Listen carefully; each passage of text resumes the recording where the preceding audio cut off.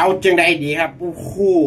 นัดวันที่17 มกราคมนี้ครับที่เจ้าสัวนะครับเอาจังใดดีนะครับผู้ใหญ่นะครับอุ้ย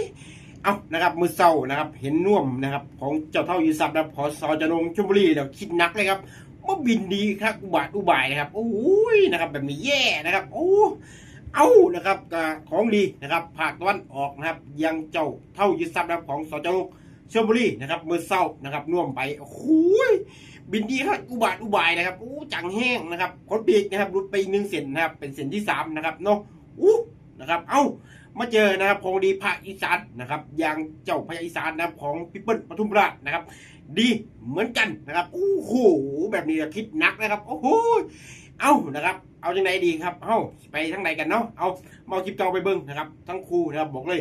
สุดคนละแบบนะครับความแตกต่างเลยเปลี่ยนนะครับบอกเลยคนชอบมันบ่เหมือนกันนะครับมักแห้งนะครับมักตัวใดนะครับเอาคลิปเก่าไปเบิ้งไปนะซองตัดหูไว้เจอกันบอกเลยสุด